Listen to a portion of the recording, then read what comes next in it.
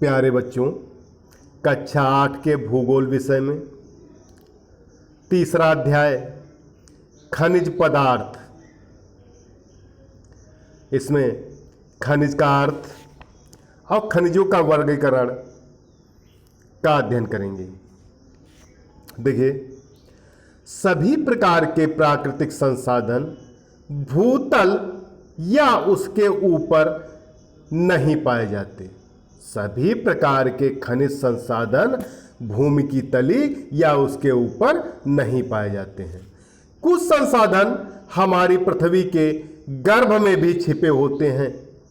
इनमें से कुछ समुद्र के आधा स्थल के नीचे भी दबे हैं, यानी समुद्र के जल के नीचे भी दबे हुए हैं। भूमि, जल और मृदा संसाधनों के अतिरिक्त खनिज, ऊर्जा, पेड़ पौधे और वन्य जीव अन्य प्राकृतिक संसाधन हैं। जो पदार्थ भूगर्भ से खोद कर निकाले जाते हैं उन्हें खनिज कहते हैं। जो पदार्थ भूगर्भ से खोद कर निकाले जाते हैं उन्हें खनिज कहते हैं। कुछ खनिज सागर तली के नीचे से भी निकाले जाते हैं। मानव सभ्यता के आरंभ से ही मनुष्य विभिन्न प्रकार के खनिजों का प्रयोग करता चला आ रहा है।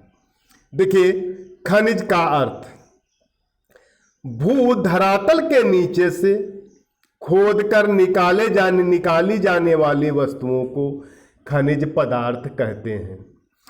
भू धरातल के नीचे से खोद कर निकाली जाने वाली वस्तुओं को खनिज पदार्थ कहते हैं। जिस स्थान पर धरातल में खोज कर खनिज को निकाला जाता है उसे खान कहते हैं। क्या कहते हैं? खान कहते हैं।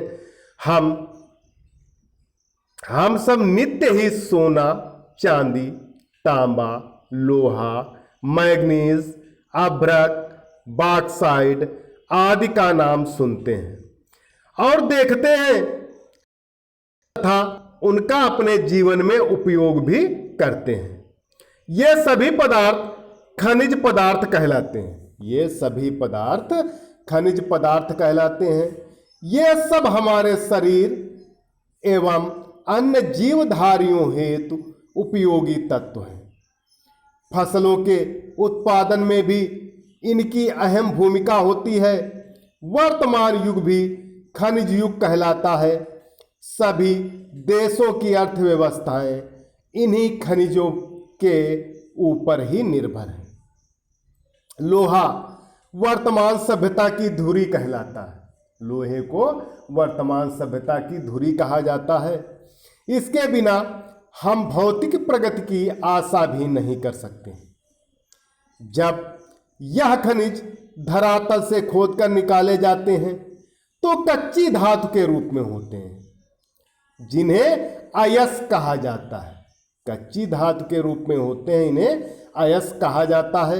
इस अयस्क की सफाई करके शुद्ध खनिज प्राप्त किया जाता है, जिसे विविध उपयोगों में लाया जाता है तथा इससे अनेक वस्तुएं एवं पदार्थ बनाए जाते हैं।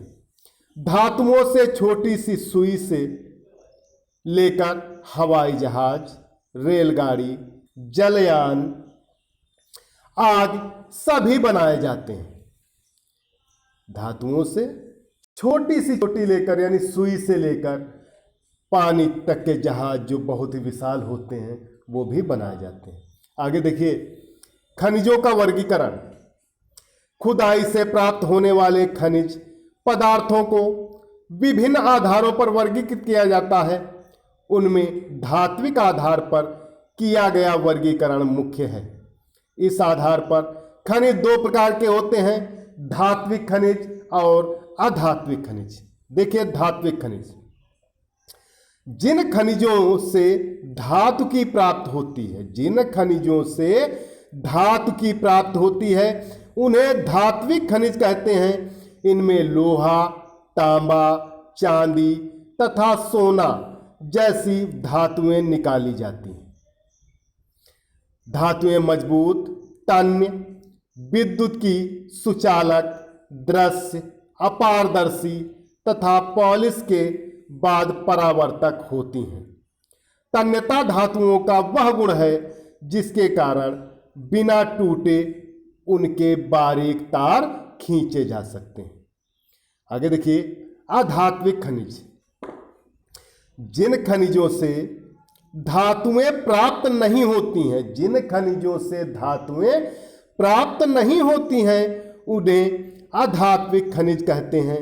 जैसे कोयला, खनिज तेल, अभ्रक, गंधक, पोटास, हीरा, संगमरमर तथा ग्रेनाइट आदि।